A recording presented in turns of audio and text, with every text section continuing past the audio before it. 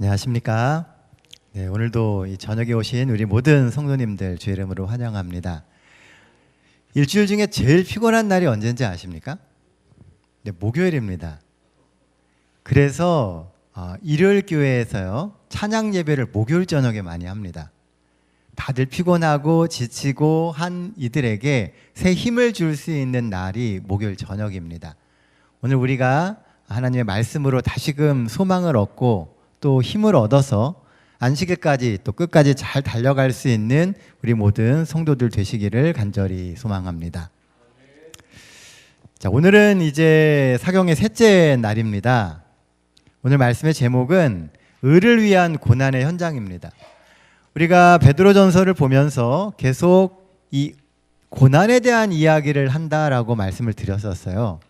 그러니까 산다라고 하는 것은 사실 많은 순간 고난의 연속입니다.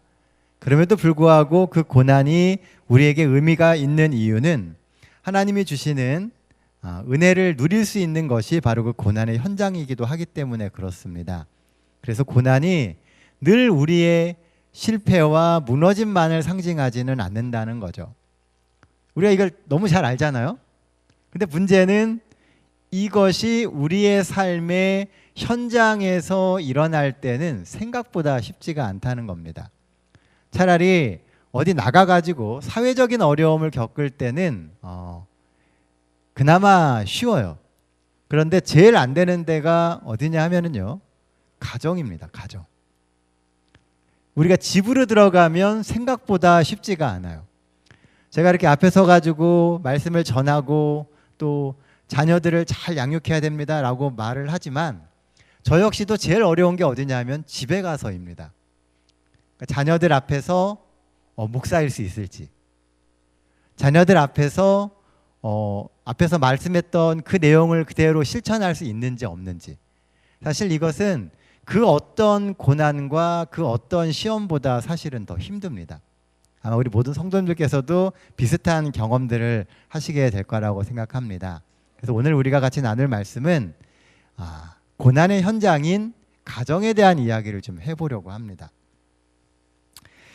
초대 유대교회가요, 그 폭풍우 속에서도 깊게 뿌리를 내리고 버텼던 고목이었다면 초대 기독교는 사실 피할 지붕도 없이 척박한 땅에 심겨진 어린 묘목과 같았습니다. 무슨 얘기냐면요, 유대교는 오랜 전통이 있었기 때문에 사실 이 외부적인 핍박이 있다 할지라도 그렇게 큰 위험이 되지 않았어요. 유대인들이라고 하는 공동체가 있었기 때문에 그랬습니다. 그런데 문제는요, 이 처음 생겨난 기독교는 그 어느 누구의 보호도 받지를 못했다는 것입니다. 유대교도 기독교를 핍박했어요. 그리고 로마 사람들도 기독교인들을 핍박했습니다. 그러다 보니까 어느 한 곳에서도 마음을 붙이고 살 수가 없는 사람들이 바로 초기의 기독교인들이었다는 것입니다. 아직도 안 나가나요? 네. 잠깐만요. 그러면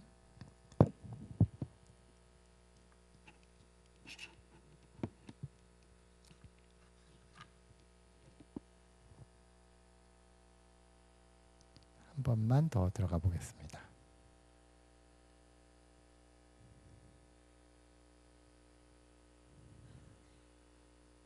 그래도 안 되네요.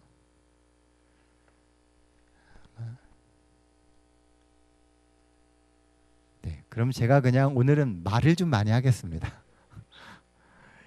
그 초기 기독교회가요, 생각한 것처럼 이렇게 많은 사람들에게 사랑받지를 못했어요.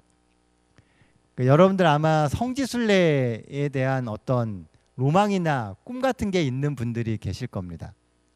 그래서 지금도요, 이스라엘에서는 기독교인들이 엄청난 핍박을 받습니다. 근데 그냥 핍박이 아니고요, 심지어는 폭탄 테러 같은 걸 당해요. 누구한테서요? 유대인들한테서요.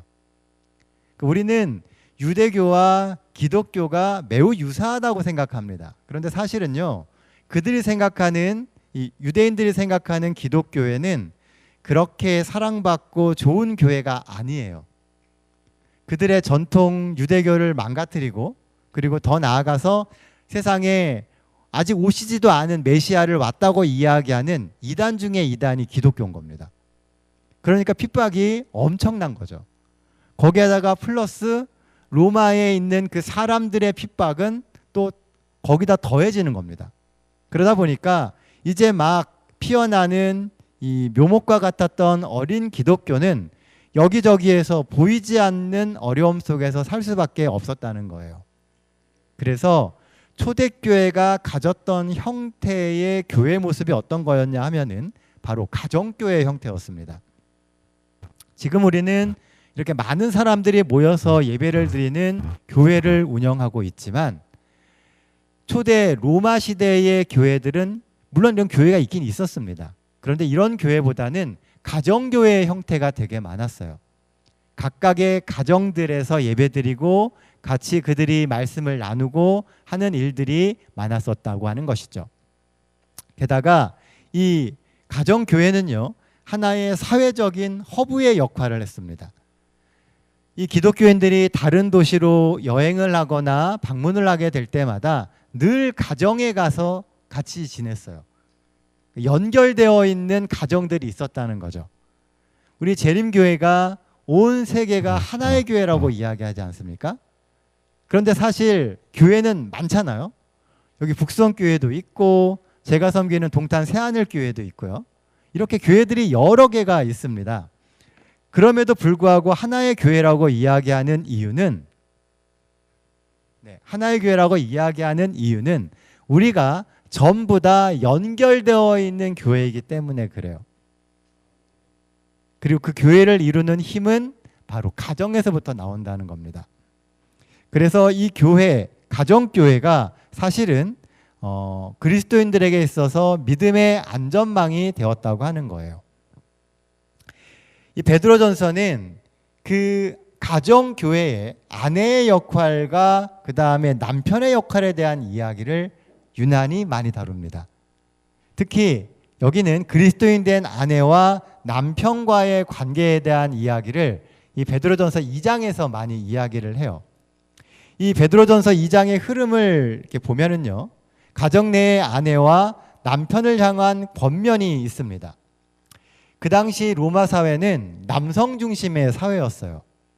그러다 보니까 남편이 뭔가를 결정하면 가족의 구성원은 전부 다 그 가정을 따라가야 됩니다. 남편을 따라가야 돼요.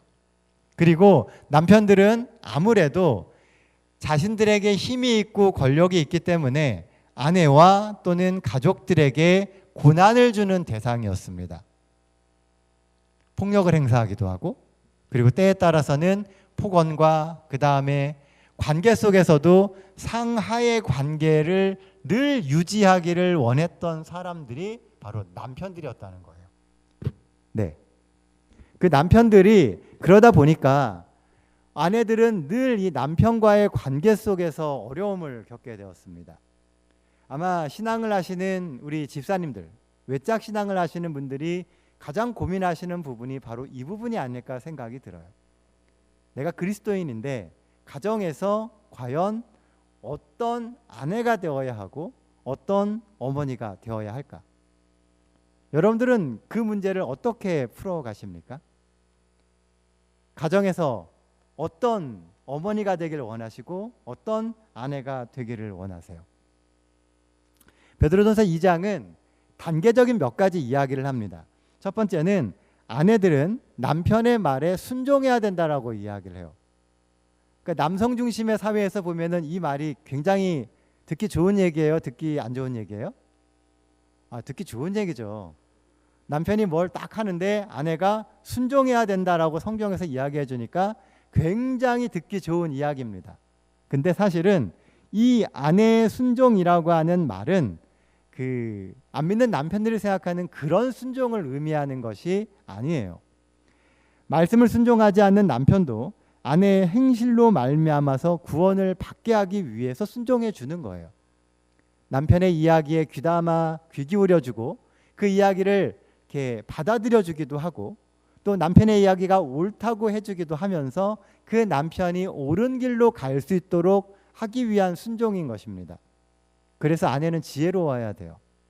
우리가 하나님의 말씀으로 지혜로워지면 매 인생의 순간마다 하나님은 그 순간순간마다 우리가 해야 할 일들에 대해서 알려주십니다. 여러분들이 가정에서 우리가 만나게 되는 가장 1차원적인, 가장 직접적인 구도자가 누구냐 하면 안 믿는 남편이에요. 그리고 많은 이제 집사님들, 장로님들 가정에서 늘 어려워하는 부분이 뭐냐 하면 자녀들의 신앙에 대한 문제입니다. 이 내 자녀들을 어떻게 교회로 데려올까? 어렸을 때는 끌고라도 왔었는데 어느 순간부터 머리가 굵어지기 시작하니까 안 옵니다. 그리고 결혼해서 나가니까 이제는 완전히 그 손길이 머물지 않는 곳에서 살아가죠.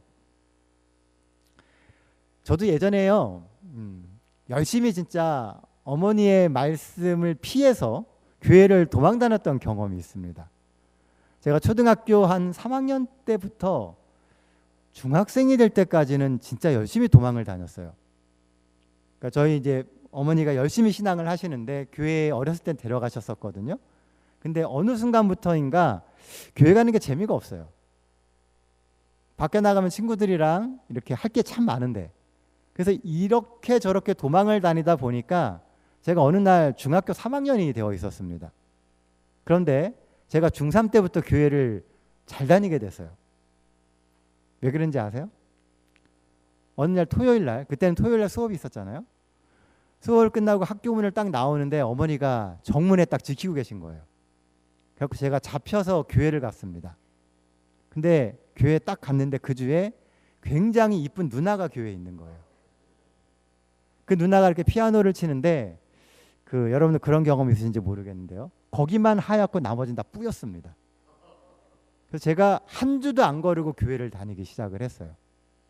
근데 또 교회에 좋은 이 형님들이 계셨고 누님들이 계셨습니다. 그래서 교회에 정착을 했어요. 열심히 탁구도 치고 라면도 끓여 먹고 하면서 교회를 다녔어요. 그러다 어느 날 보니까 제가 신학과를 가게 되더라고요. 저희 가정에서는 제가 신학과를 갈 거라고 생각도 하지 않으셨었고요. 심지어 제가 대학을 들어갈 때 등록금도 안 주셨습니다. 신학과 간다고요. 아무도 찬성하는 사람이 없었어요. 그런데 제가 신학을 하고 목회자가 될 때까지 늘 뒤에서 힘을 주셨던 분이 누구냐면 저희 어머니세요. 저희 어머니가 몇 년 전에 돌아가셨거든요. 근데 어머니가 참 지혜롭게 이걸 하셨어요. 아버지는 신앙을 안 하셨거든요. 그런데 어느 그리스도인보다 저희 교회를 잘 아세요. 왜냐하면 저희 친가 쪽이 한때 열심히 산으로 들어가신 가족들입니다. 제 어렸을 때 기억에 저희 이제 작은 집이 그 집회소였어요. 산으로 들어가신 분들, 그분들 이렇게 막 모여 사는 신앙촌 같이 이렇게 모여 사시는 분들의 집회소가 저희 작은 집이었어요.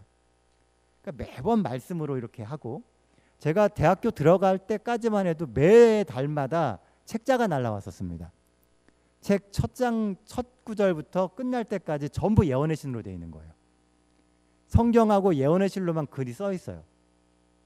제가 이제 그걸 이렇게 읽으면서 뭐 여러 생각들을 했었는데, 사실 나중에 그걸 찾아보니까 그 얘기는 아니에요, 사실은. 근데 그렇게 글이 써져 있더라고요. 그런 환경 가운데서 살아오는데 교회를 반대하시고 어려워하시던 그 아버지를 지혜롭게 인도하셔서 결국은 신앙을 다시 회복하게 하시고, 또 제가 목회를 할 수 있도록 지원을 해주실 수 있도록 도와주셨던 분이 어머니였어요. 근데 어머니의 모습이 어떤 것이 있었냐면은 순종하는 아내의 모습이었습니다. 분명히 겉으로 보이는 거는 어머니가 아버지한테 지셨거든요. 그런데 나중에 돌아보니까요, 어머니가 이기셨어요. 그러니까 지는 척하면서 원하는 대로 다 끌고 가신 거예요. 교회에 무슨 일이 있으면은 아버지가 오셔서 좀 도우셔야 된다고 해갖고서 뭐 교회 보일러 고치는 것부터 시작해서 교회 고치는 일 다 저희 어머니가 다 저희 아버지 시키셨어요. 교회도 안 다니시는 분을. 그리고 제가 군대 갔다 와가지고 복학을 할 때도 저희 아버지께서 처음 하셨던 얘기가 다른 거 공부해 볼 생각이 없느냐고 하셨었거든요. 근데 또 잘 이야기하셔가지고 제가 신학을 할 수 있도록 또 유도해 주셨어요. 우리의 순종은 사실은 그리스도인으로서 더 나아가게 만들기 위해서 하는 아내의 순종이 필요하다는 거예요. 안 믿는 가정이지만, 나밖에 신앙을 하지 않지만 가정 안에서 그들이 신앙으로 조금 더 나아갈 수 있도록 지혜로운 선택이 필요하다는 것이죠. 두 번째는 이 베드로는 정결한 행실에 대한 이야기를 합니다. 그리스도인 된 아내는 두려워하며 정결한 행실을 통해서 남편이 하나님과의 관계를 깨닫게 해야 된다고 이야기를 하고 있어요. 우리의 행실이 정결해야 된다는 거죠. 어떤 분이 제가 그 책에서 읽었었는데요. 안 믿는 남편이었어요. 이 남편이 나중에 교회를 와가지고 간증을 하면서요, 이런 이야기를 했답니다. 자기가 교회를 안 다닐 때 출장을 갈 때마다 아내가 편지를 써줬다는 거예요. 근데 다른 거는 하나도 기억이 안 남는데 맨 끝에 항상 이런 문구가 있었답니다. 제가 당신을 위해서 기도합니다. 그래서 출장을 가서 딴짓을 못 하겠더래요. 아내가 나를 위해서 기도한다라고 하는 말이, 내가 교회를 다니지는 않지만 당신을 위해서 기도합니다라고 하는 그 말이 그 남편으로 하여금 딴짓도 안 하고, 그리고 나중에는 신앙에 물들게 만드는 그런 길이 되었다는 거예요. 신앙은요, 물들어가는 겁니다. 우리가 어느 순간 사람이 확 변하면 어떻게 돼요? 죽는 겁니다. 사람은 원래 잘 안 변해요. 그런데 조금씩 물들어가는 거예요. 작년에 저희 교회에 한 집사님의 남편분이 침례를 받으셨어요. 근데 이분이 교회를 오가신 게 20년이 넘었습니다. 20년 만에 침례를 받으신 거예요. 근데 이분이 교회에 조금씩 물이 들었어요. 그러니까 아내가 신앙을 하며 행복하게 살아가는 모습을 보면서 이분이 교회에 관심을 갖기 시작하신 거예요. 그리고 여전히 성경 공부를 하면서도 이해가 안 되는 부분이 있지만, 이분이 이과시거든요.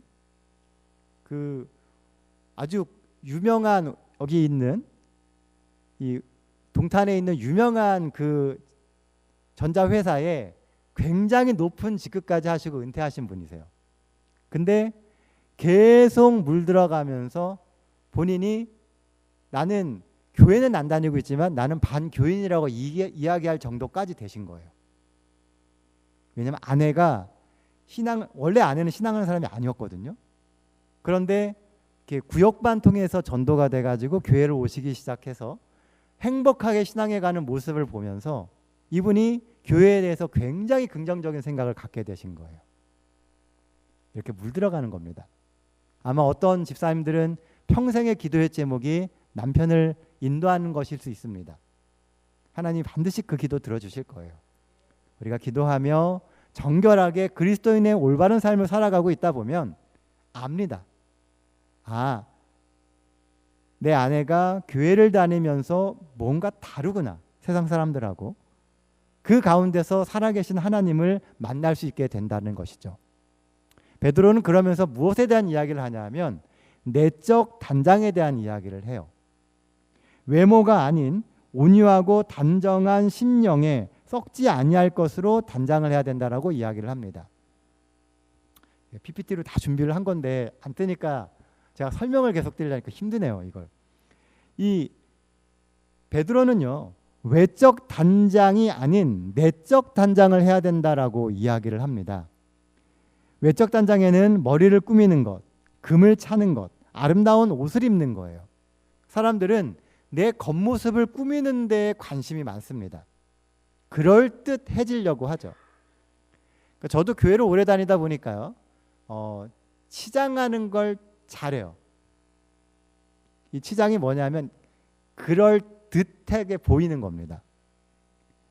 이렇게 양복 입고 넥타이 매고 하니까 제가 굉장히 괜찮아 보이는 사람처럼 보이잖아요. 근데 돌아가면 안 그래요. 왜냐면 우리는 다 지금 옷 이쁘게 입고 오시고 화장도 하시고 해서 오셨잖아요. 집에 돌아가서 나 혼자 있을 때 내 모습은 나밖에 몰라요. 그렇죠? 근데 우리는 어디 나갈 때 잘 꾸민단 말이에요. 그런데 우리의 꾸미지 않은 모습을 보는 사람들이 있어요. 그게 누구예요? 가족들인 거예요. 그러니까 가족들 전도가 제일 어려운 겁니다. 나의 진짜 모습을 보거든요. 그러니까 우리가 외적인 치장을 하는 것만큼 중요한 게 내적인 단장, 치장을 하는 거예요.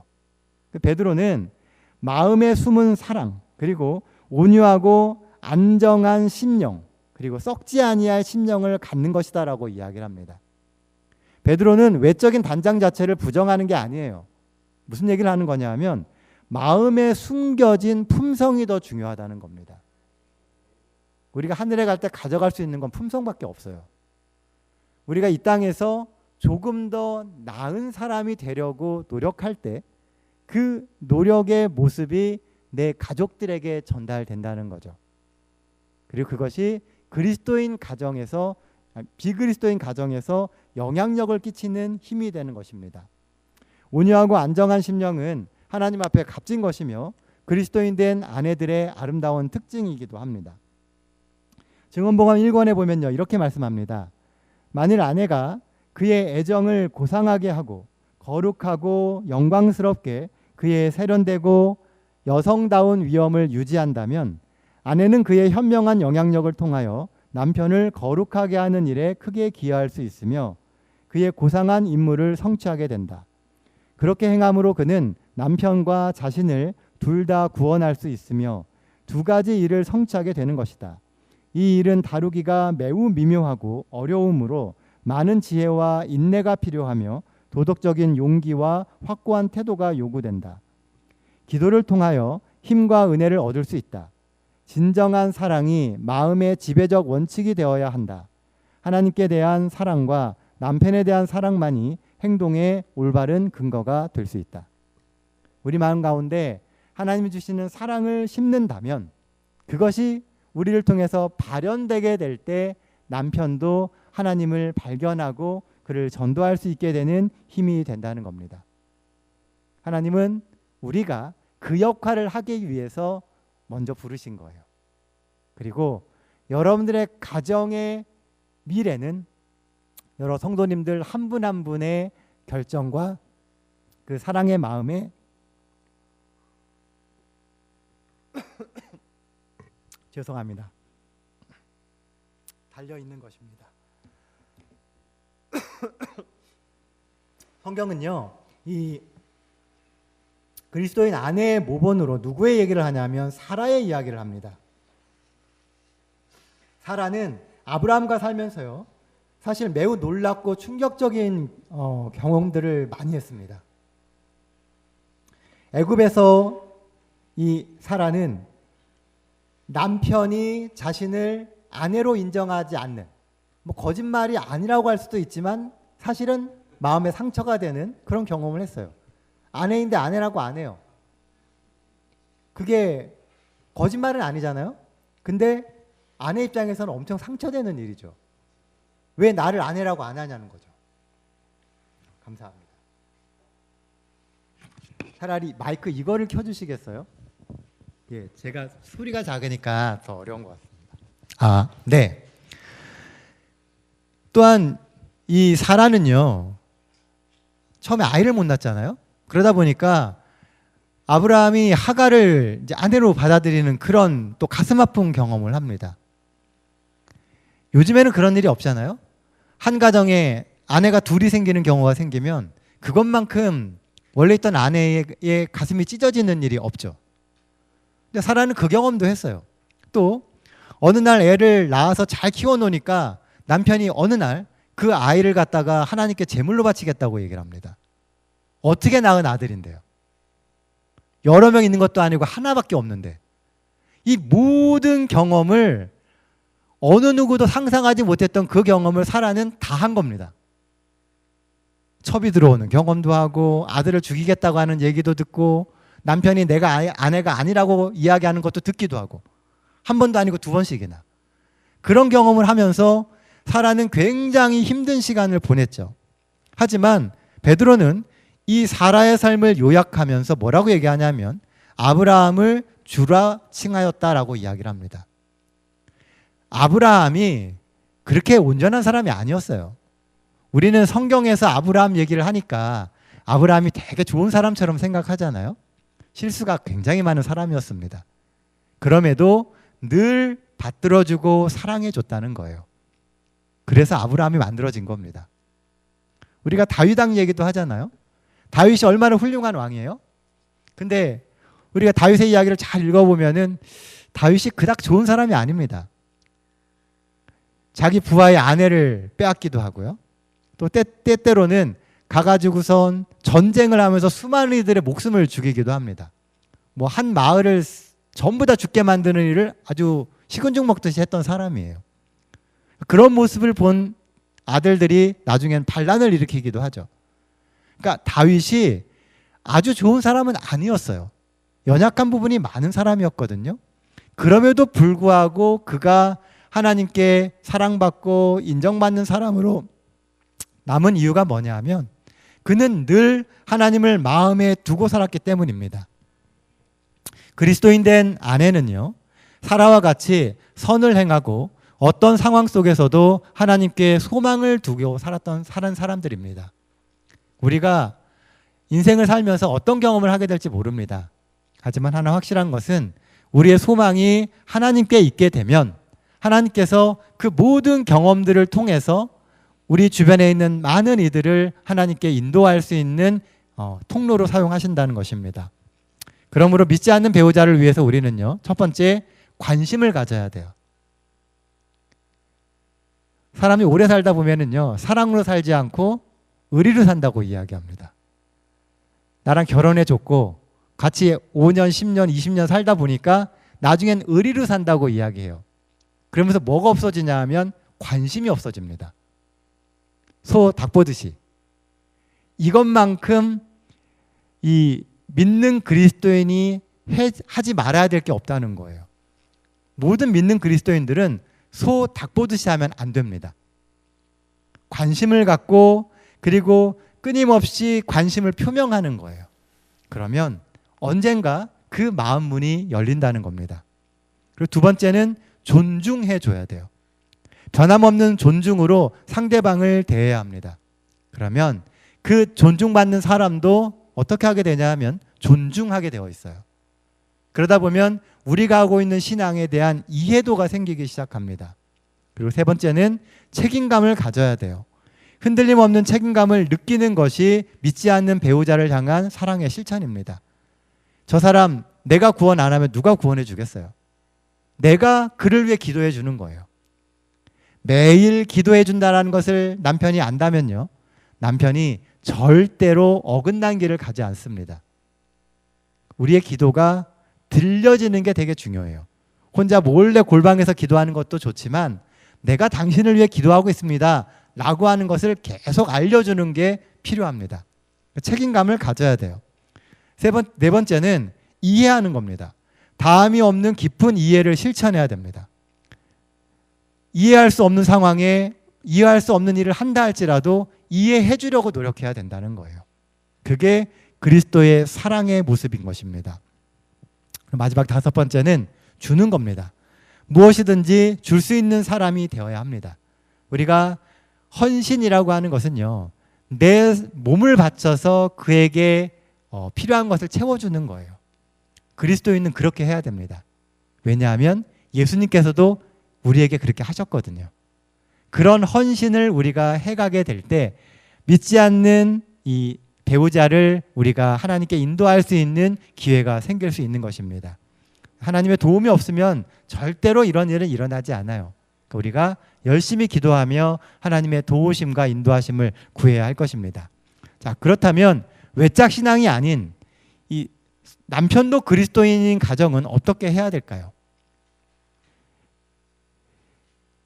남편도 그리스도인인 가정에서는요, 이방인들 가정과는 좀 달라야 됩니다. 그게 뭐냐 하면 서로 동등하게 여기며 사랑해야 돼요. 하나님이 주신 영적 영향력을 서로에게 끼쳐야 됩니다. 그러니까 누군가가 일방적으로 가정의 제사장이어서 내가 책임감을 가지고 그냥 내가 하는 신앙을 가지고 가족들을 먹이려고 하는 것이 아니라 가족들이 전부 다 그리스도인이라면 서로가 서로에게 영적 영향력을 끼치려고 해야 된다는 겁니다. 내가 말씀을 읽고 내 이야기를 나눠주고 그 이야기를 서로 같이 할 수 있는 기회를 만드는 게 중요합니다. 특히 안식일 날 우리가 교회에서 예배 드리잖아요. 그러면 집에 가셔서 뭐 어린 자녀들이 있는 가정도 좋고 또 그냥 어리지 않더라도 같이 모여서 이야기할 수 있는 기회를 갖는 게 좋아요. 목사님이 설교하셨던 내용들을 가지고 어떻게 생각하는지, 그리고 그 내용을 가지고선 서로 한마디 두마디 이야기를 해주고 또 서로의 어려움과 필요를 위해서 기도해주게 될 때 그것이 곧 그리스도인 공동체와 가정을 만들어가는 힘이라는 겁니다. 재림교회는요, 초기에 이 미국에서 재림교회가 생겼을 때부터 유지되어 오던 아주 중요한 전통이 있습니다. 그게 뭐냐 하면 안교 활동반이라고 하는 거예요. 들어보셨나요? 안식일 날 모이면은요, 우리는 다 뭐예요? 교과 공부하고 있죠. 교과 공부하기 전에 안교 활동반이라는 걸 합니다. 저희 교회도 안식일에 오면은 이제 각 반에 흩어지면은 안교 활동반을 먼저 해요. 한 주간 뭐 하고 살았는지, 무슨 어려움이 없었는지 물어보고, 어려움이 있었다 그러면 어떻게 해줘요? 서로 기도해주고, 그리고 이런저런 이야기를 하고 그 다음에 교과 공부를 하는 거예요. 우리는 교과 공부를 통해서 교회가 성장했다라고 생각을 하는데 사실은 이 흩어져 사는 그리스도인들에게 큰 힘이 되는 것은 그 안교 활동반입니다. 같이 모여서 같이 근황을 물어보고 어려움 당한 이를 위해 기도해주고, 이것이 그리스도인이 신앙을 지켜가는 힘이었다는 것이죠. 가정에도 똑같습니다. 요즘에는 아이들이 가정에 대화가 없으니까요, 뭘로 대화하냐면 카톡으로 대화한다고 그러죠. 엄마 물 갖다 줘. 그러면 물 갖다 주는 거고요. 뭐 대화가 안 되니까요. 근데 우리가 한 번이라도 더 만나서 대화를 할 수 있다 그러면, 그리스도인 가정이 그런 모본을 보여줄 수 있다 그러면 그것이 곧 복음이 이렇게 아름답게 싹트고 자라가는 현장이 되게 될 것이라는 것입니다. 그리스도인 남편의 책임은요, 지식을 따라, 하나님이 주시는 지식을 따라 아내와 함께 살아야 됩니다. 말씀이 알려주는 방식으로 살아가야 된다는 거예요. 우리가 보통 남편을 가정의 제사장이라고 이야기하잖아요. 그러면 책임감을 가져야 됩니다. 그리고 말씀의 원칙으로 자녀들을 키워가야 된다는 거죠. 그리고 두 번째는 귀히 여겨야 됩니다. 생명의 은혜를 함께 이어받은 자로 말미암아 같이 귀하게 여겨야 된다는 거예요. 내 아내, 내 자녀들을 귀하게 여기고 그리스도를 대하듯이 할 때 비로소 가정에서의 그리스도인 남편의 역할이 감당되는 것입니다. 그리고 보호와 배려를 해야 되며 기도하는 삶을 살아야 돼요. 에베소서 5장 25절에서는 바울은 이렇게 이야기합니다. 남편들아, 아내 사랑하기를 그리스도께서 교회를 사랑하시고 그 교회를 위하여 자신을 주신 같이 하라. 예수님이 교회를 위해서 목숨을 바치셨죠. 마찬가지로 그리스도인 된 남편은 아내와 자녀들을 위하여 목숨을 바치는 모습을 보여주어야 한다는 거예요. 그런 책임감을 갖고 기도하며 하나님의 도움을 구해야 됩니다. 증언복음 1권에 또 이렇게 이야기합니다. 남편은 그의 가족에 대해 큰 관심을 나타내야 한다. 특히 그는 연약한 아내의 감정을 매우 부드럽게 대해야 한다. 친절하고 상쾌하며 격려하는 말은 가장 효능 있는 약보다 효과적임을 판명될 것이다. 이런 말들은 의기소침하고 낙심한 자들의 마음에 용기를 줄 것이며 친절한 행동과 격려하는 말에 의해 가정 안에 들어온 행복과 햇빛은 길들여진 노력의 10배 이상의 보상을 해줄 것이다. 제가 이 사경의 말씀을 이렇게 준비해 놓고 이제 이걸 저희 집사람한테 보여줬어요. 쭉 한번 살펴보라고. 이렇게 어렵거나, 그러니까 저는 설교 써서도 항상 집사람한테 먼저 보여주거든요.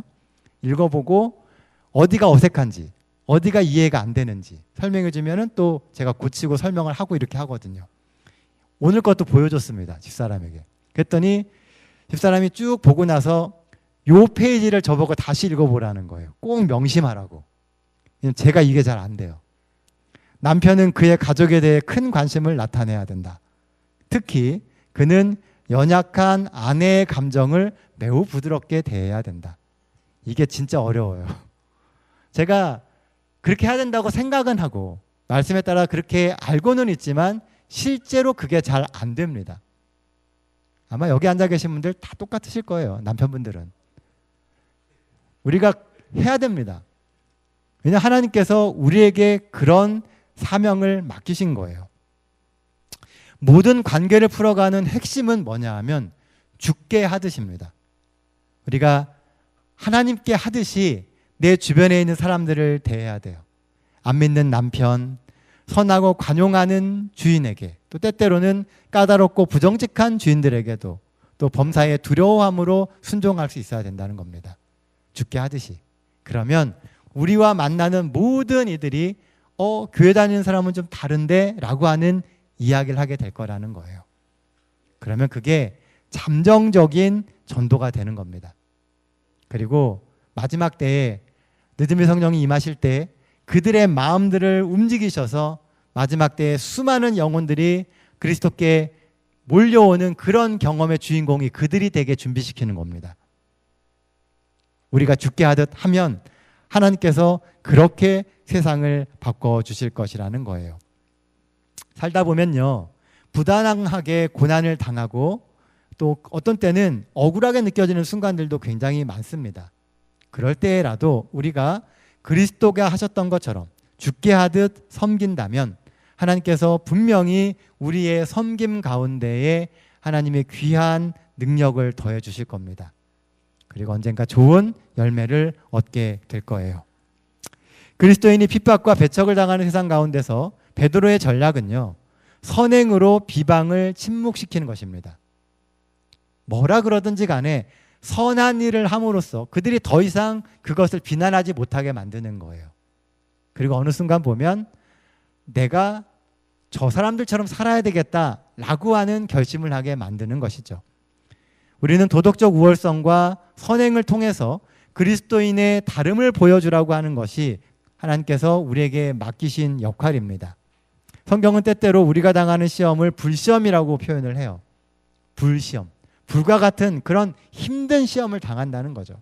그러나 우리가 선행으로 끝까지 주께서 이끄셨던 그 길을 걸어가면 우리가 그리스도인을 다운 하나님의 복음의 통로가 되는 역사가 있게 될 것입니다. 그래서 공동체 안의 삶에 대해서 베드로는 이렇게 이야기를 합니다.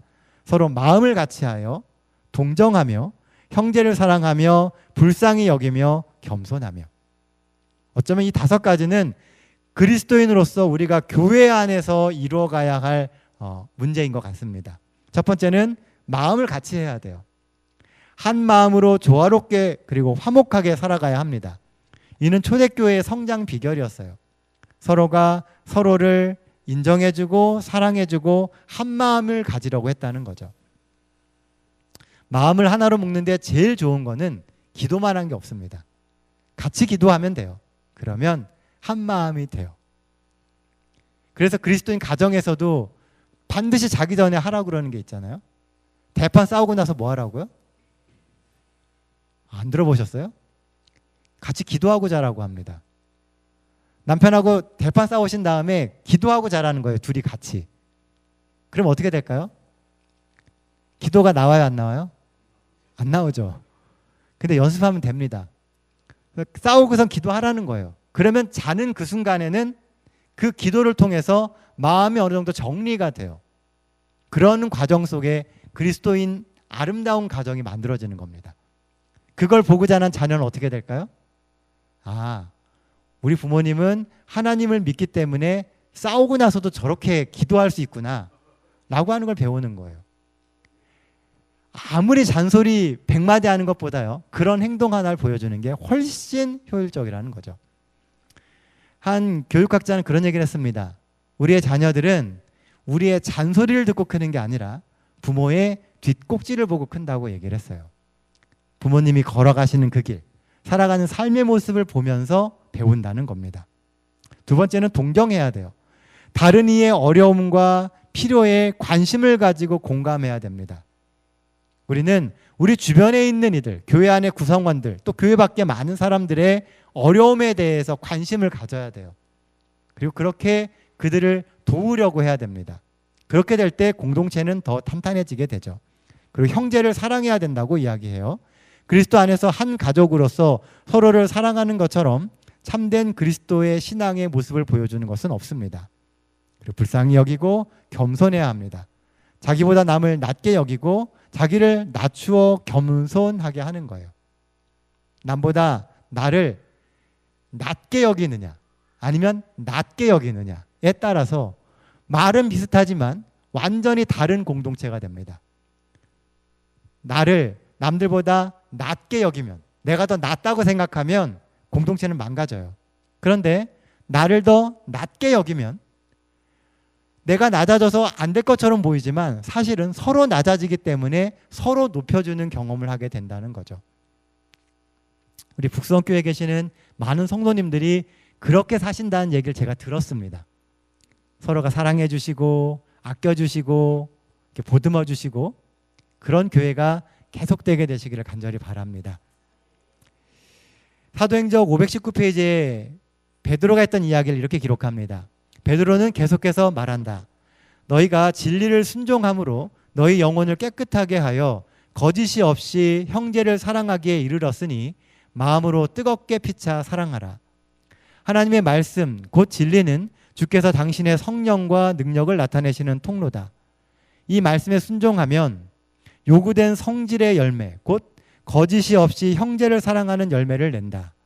이 사랑은 하늘에서 온 것이요 고상한 동기와 무아의 행동으로 인도한다. 누구든지 하나님을 사랑하노라 하고 그 형제를 미워하면 이는 거짓말하는 자라고 성경은 이야기합니다. 하나님을 사랑한다고 이야기하면서 내 형제를 사랑하지 못한다면 사실은 보이지 않는 하나님을 사랑하기는 더 어렵다는 거죠. 내 옆에 어려움을 당하고 고통 중에 있는 이를 바라보지 않고 그들을 무시하고 넘어간다면 어찌 우리가 하나님이 느끼셨던 그 고통과 사랑의 마음을 우리가 조금이나마 알 수 있을까요? 결국 우리는 더불어 사는 사람들입니다. 신앙도 더불어 하는 거예요. 고난이 우리의 신앙의 그 더불어가는 마음을 없애서는 안 된다는 겁니다. 힘들 때일수록 어려울 때일수록 서로 보듬어주고 서로 손잡아주는 그런 교회가 되시기를 간절히 바랍니다. 그래서 베드로는 또 이렇게 이야기를 해요. 먼저 너희의 혀를 금하라고 이야기를 해요. 항상 문제의 근원은 말입니다. 혀. 말을 조심해야 돼요. 근데 우리가 말을 조심하는 게 참 어려워요. 제가 첫날에도 말씀드렸잖아요. 제가 어느 순간부터인가 말이 많아집니다. 말을 적게 해야 된다고 생각을 하는데 그게 잘 안 돼요. 말이 많아지면 실수를 하게 됩니다. 내가 마음은 그렇지 않은데 내가 잘못된 말을 함으로써 내 주변에 있는 이들에게 상처를 줄 수 있다는 거예요. 근데 진짜 마음이 그래서 그런 건 아니거든요. 근데 실수로 나온 말이 상처가 되는 거예요. 남의 비밀을 이야기하게 될 수도 있고 남의 아픈 상처를 끄집어낼 수도 있는 겁니다. 그래서 혀를 금하는 일에 우리가 아주 신경을 많이 써야 됩니다. 두 번째는 악을 떠나는 거예요. 악을 완전히 벗어던지고 돌아서는 것은 전심전력으로 노력해도 하기 어려운 일입니다. 그래서 우리는 늘 주님 앞에서 무릎 꿇고 기도하는 삶을 살아가야 돼요. 악을 떠나려고 하고 그 악의 빈자리를 뭘로 채워야 되냐 하면 선으로 채워야 합니다. 더 나은 선을 행하려고 노력해야 돼요. 우리가 행함으로 구원받는 건 아니에요. 그러나 행함이 없는 믿음은요, 죽은 믿음이라고 성경은 분명히 이야기합니다. 믿는데 그것이 행동에서 나타나지 않으면 사실은 믿음이 없는 거예요. 우리가 선을 통해서 우리의 삶의 선함을 드러내야, 내 안의 변화를 드러내야 사실은 우리가 올바른 신앙의 길을 향해 가고 있다는 것입니다. 그리고 할 수 있으면 모든 이들과 화평해야 합니다. 화평을 추구해야 돼요. 그러면 우리 주변의 많은 이들이 하나님 주신 열매로서 우리에게 나아오게 될 것입니다. 이제 말씀을 정리하면서요, 말 한마디라고 하는 시를 하나 읽어드리도록 하겠습니다. 부주의한 말 한마디가 싸움의 불씨가 되고 잔인한 말 한마디가 삶을 파괴합니다. 쓰디쓴 말 한마디가 증오의 씨를 뿌리고 무례한 말 한마디가 사랑의 불을 끕니다. 은혜스러운 말 한마디가 길을 평탄하게 하고 즐거운 말 한마디가 하루를 빛나게 합니다. 때에 맞는 말 한마디가 긴장을 풀어주고 사랑스러운 말 한마디가 축복을 줍니다. 오늘도 우리의 입술에 하나님의 사랑이 담긴 말이 많아지길 바랍니다. 그래서 우리 이 북선교회 모든 성도님들의 삶에 하나님 주시는 그런 은혜와 축복이 가득하게 되기를 바랍니다. 또한 우리가 접촉하는 모든 영혼들이 나를 통해서 하나님을 만나고 주님의 자녀가 된다면 이 귀한 믿음의 동역자가 바로 우리가 되게 될 겁니다. 주께서 우리 손을 향해서 우리 손을 붙잡고 주의 일을 이루어 가실 거예요. 이 수원 지역의 복음의 통로는 이 북성교회입니다. 이 교회를 통해서 많은 이들이 하나님께 돌아올 거예요. 그 일을 위하여 기도하시고 그 일을 위하여 협력하시는 우리 모든 성도들 되시기를 간절히 바라면서 오늘 말씀 마치도록 하겠습니다.